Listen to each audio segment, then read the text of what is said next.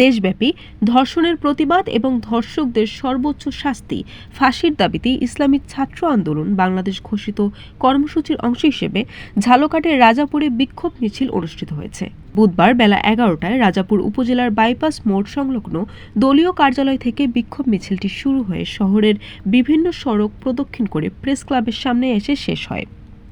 বিক্ষোভ মিছিলে সভাপতিত্ব করেন ইসলামী ছাত্র আন্দোলন রাজাপুর উপজেলা সভাপতি মোহাম্মদ মাহমুদুল হাসান। অনুষ্ঠানটি সঞ্চালনা করেন উপজেলার সাধারণ সম্পাদক মোহাম্মদ বেলাল হাফসি। এতে প্রধান অতিথি হিসেবে উপস্থিত ছিলেন ইসলামী আন্দোলন বাংলাদেশ ঝালকাঠি জেলা সেক্রেটারি হাফেজ ইব্রাহিম আল হাদি।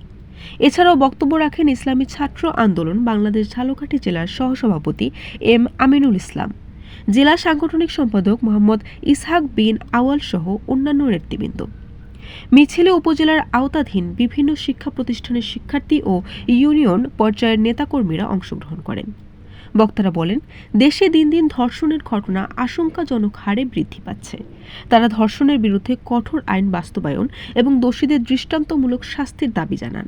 একই সঙ্গে সমাজে নৈতিক শিক্ষা ও ধর্মীয় মূল্যবোধ জোরদার করার উপর গুরুত্বারোপ করেন। বিক্ষোভ মিছিল শেষে বিশেষ মোনাজাতের মাধ্যমে কর্মসূচির সমাপ্তি ঘোষণা করা হয়। Barishal dot news.